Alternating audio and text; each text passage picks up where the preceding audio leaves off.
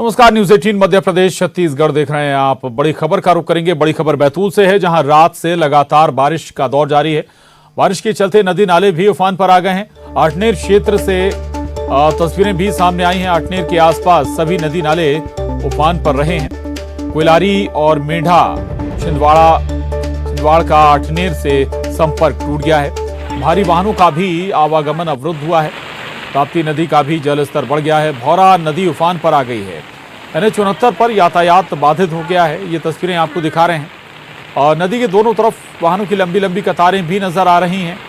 नागपुर और बैतूल को भोपाल से जोड़ता है NH-69, जो कि बाधित हो गया है। नदी पर बने पुराने पुल के ऊपर जलस्तर आ पहुंचा है। तो ये दो तस्वीरें देखिए आप। भारी बारिश के बाद नदी उफान पर है। बैतूल से तस्वीरें आपको दिखा रहे हैं।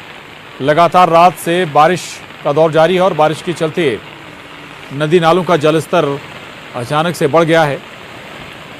ये तस्वीरें आठनेर क्षेत्र से सामने आई हैं, जहां नदी उफनती हुई नजर आ रही है। आठनेर के आसपास सभी नदी नाले उफान पर हैं। अपील यही है कि ऐसे में कोई भी अपनी जान जोखिम में ना डाले, ना ही वाहन के माध्यम से और ना ही पैदल रास्तों को पार करने की कोशिश की जाए। आपको बता दें कि भारी वाहनों का भी आवागमन इसके चलते अब रुक गया है। ताप्ती नदी का भी जलस्तर बढ़ा है और भौरा नदी के उफान पर आने से NH-69 पर भी यातायात बाधित हो गया है।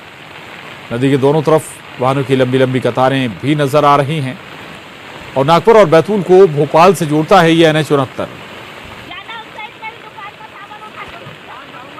तस्वीरों को देखकर आप अंदाजा लगा सकते हैं, हालात बेकाबू हैं।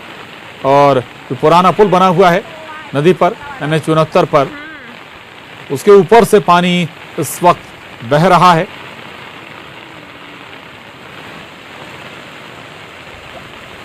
तो जबरदस्त बारिश के बाद की ये तस्वीरें हैं